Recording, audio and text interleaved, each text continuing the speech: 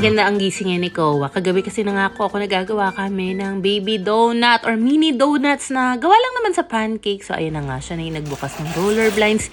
Pati na rin itong velcro na window screen namin. Nauutusan na namin yan. Marunong na yung mag-on, mag-off ng aircon. Tapos may times na kusa siyang nagbubukas nga nitong bintana namin sa kwarto. Para siyang matanda na pero maliit na katawan. Good, Kowa!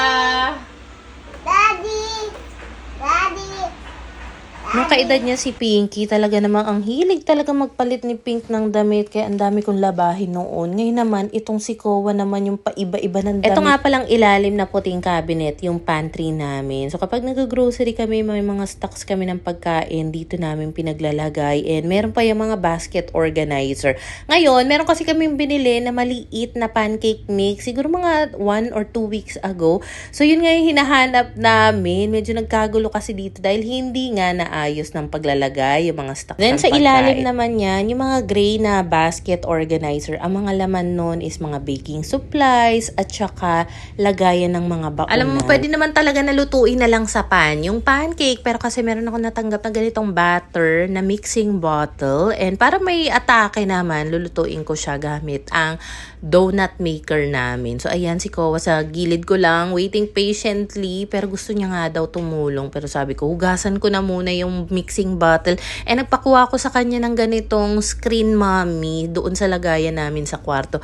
Paano? Yung screen mommy na sticker ko sa phone, nawawala. Yun pa naman yung ginagamit ko, lalo na kapag nagvi-video ako, tapos malabo, blurry, mukhang ma-fog yung camera ko. Pupunasan mo lang talaga siya ng screen mommy or screen daddy. So anyway, eto na nga at nag-prepare na nga kami ng butter mixture dito sa loob ng ating mixing bottle. So kung nag-small business kayo, like sa mga kantos, lalabas ang bahay ninyo, pwedeng-pwede yan kasi doon ko nga nakikita yung mga video na ginagamit nila yung ganyan. Pero kung pakunti-kunti lang, pwede naman sa mangkok, sa bowl na lang. Gusto ko lang din talagang masubukan yan. Dito sa taas ng lababo na cabinet nakalagay mga small appliances namin, sandwich maker, waffle maker, donut maker, at kung ano-ano pa. And kung napapansin nyo, wala na po dito sa may bandang lutuan yung gasol, pati na rin yung stove ni Papa. Di ba nga wala kami mabilhan or wala kami maprefilan na sulin.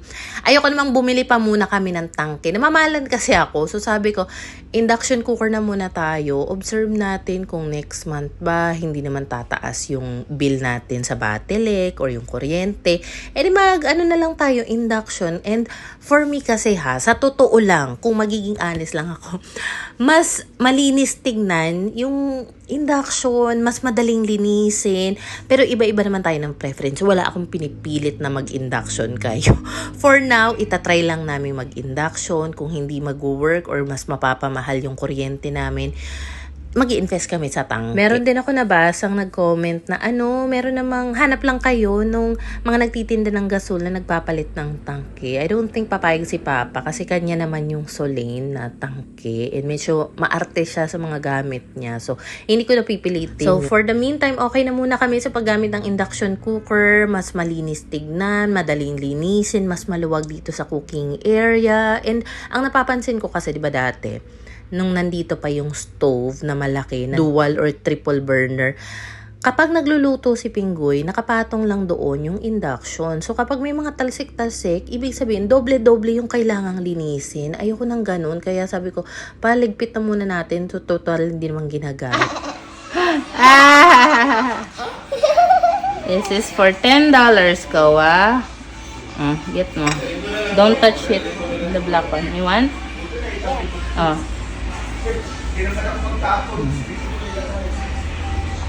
Dahan-dahan lang gentle lang. Wow, more. Ay, don't touch this black. Dito ka lang.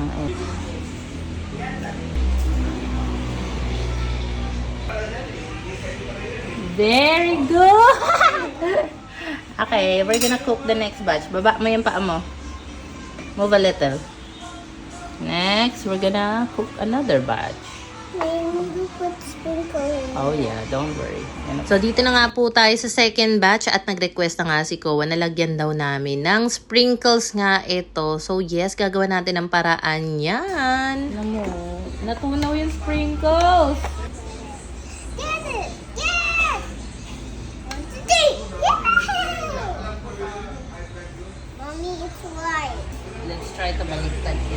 Sobrang cute talaga nitong mga donut maker na to. Ang napapansin ko lang talaga dito, yung lower part niya, talagang ang ganda, brownish, orangey yung color niya. Pero yung nasa ibabaw na part talaga, usually puting-puti siya or siguro hindi enough yung batter na nailagay ko kaya hindi siya dumidikit doon sa top edge ng molder ng donut maker. Nagigits nyo ba? Basta, yun. Most of the time, hindi sila magkakulay talaga. Mas brownish sa ilalim na part ng donut, then yung sa ibabaw, whitish Bago pa kami lumipat, nabili ko na tong choco chips na to. Ngayon ko lang siya nabuksan. And in fairness naman sa mga bagets ko, ha, hindi nila pinilit na buksan to kasi ang sabi ko, for baking, for cooking lang yung mga choco chips, yung mga sprinkles na yan, yung mga mallows. Kasi kapag alam nilang pwedeng ngat-ngatin, hindi talaga nila tatantanan yan. Gusto ko kasi talagang mag-bake kami. Kaso kapag nag-grocery na, parang ang mahal ng mga ingredients na parang next time na lang.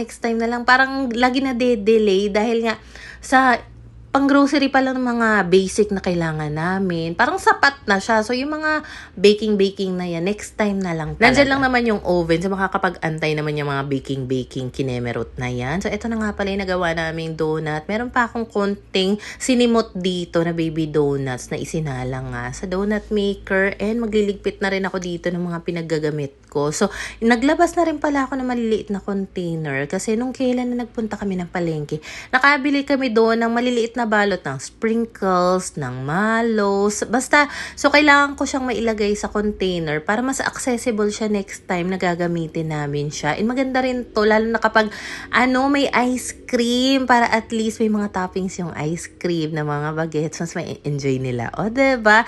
So, I think yung mga sprinkles, choco chips na yan, na kulay puti, mallows, mga tigbe-20 lang yun sa palengke. Pagkatapos ko makagawa nga nung donuts, hala, nakabasag naman ako ng plato. Nasa loob kasi ng ref yung plato na may pakwan, biglang dumula. So, ayan, for the linis nga ako dahil nakakatakot baka masugat yung mga anak ko ng mga basag na plato. So, eto nga pala yung lunch namin. Nagluto si Pinggoy ng sinigang na baka. And pagkatapos mag-lunch, dumiretso na nga ako dito sa may sala dahil mag-unbox na rin ako ng ilang mga parcel na natanggap ko dahil yung iba dito kailangan ko na talagang magawa ng content. So, dito na muna ako sa may kabilang gilid maglalagay ng mga parcel dahil doon nga ako mag-unbox. And grabe, parang achievement na to, ha, kasi dati naalala ko pag mag-unbox ako doon sa sala sa dati naming apartment, sobrang sikip talaga na hindi ko talaga kayang buksan yung malalaking parcel doon dahil nga sobrang liit ng space niya. Pero ngayon, kita mo, kahit malalaki yung parcel na binubuksan ko, carry.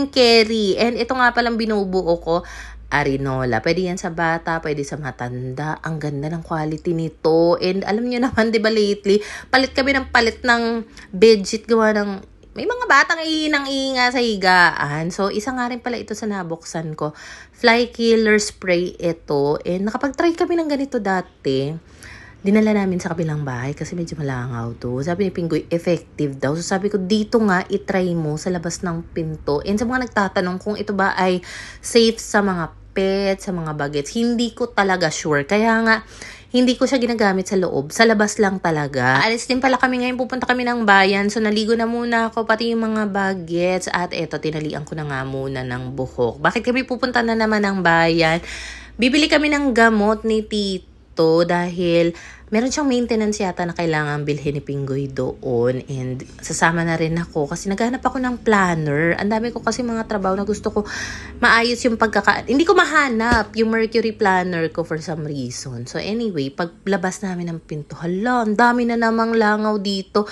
Pangalawang batch na to. So ang sabi ni Pinggoy kasi, hanggang 4 days daw yung itinatagal ng spray niya. Yung tipong hindi mo kailangan mag-spray maya-maya. Kasi legit, ha, ilang araw na simula nung nag-film ako dito. As in, maya-maya talaga may mga patay na langaw sa labas namin. Simula nung nag-spray siya once lang dito sa labas. So, even nga doon sa may likod area namin, especially doon sa may duyan, pinagduduyanan ng mga bata, inisprayan ko yung lapag noon para hindi kami langawin kapag nandun kami sa may duyan. Sobrang effective nito, guys, as in. So, dahil napaka-effective nga nitong pinadala sa akin na fly killer spray, mag-check out talaga ako nito. Kasi product sample yung sinubukan ko. So, sabi ko, ay, talagang perfect pala siya, worth it, dahil effective. Sige, for the checkout nga ako. And then, nandito na nga pala kami sa bayan. Shout out sa kapatid ni Ping, si James. Meron siyang pa-Jollibee sa mga bagets. Ang favorite talaga ng mga bagets ko dito, yung fries at saka yung ice cream. Maliliit lang na ice cream binibili namin kasi minsan nga hindi pa nila maubos yan, lalo na si Kowa. And then, napadpad kami dito sa Mr. DIY. Nakahanap ako ng ganitong muffin pan. And I think kasya naman siya dun sa oven ko para in case na gusto namin mag-bake in the future ng cupcake. Pwedeng-pwede yun. And eto nga palang lagay ng sabon. Bumili pa ako ng additional. Isa para sa likod namin, para may sabon kami in case na kailangan magugas ng kamay. Isa pang donate sa room or sa classroom ni Kowa. At itong lagayan ng hand soap na pwede kong isabit sa bag kasi gusto ko accessible yung alcohol, hand soap sa bag na bilagi kong binibit-bit. And ito ang cute niya, parang modern style na mga arenola. Diba? O kaya pwede rin naman siyang timba, storage ng tubig. And ginagabihan nga pala, ayan si Kowa.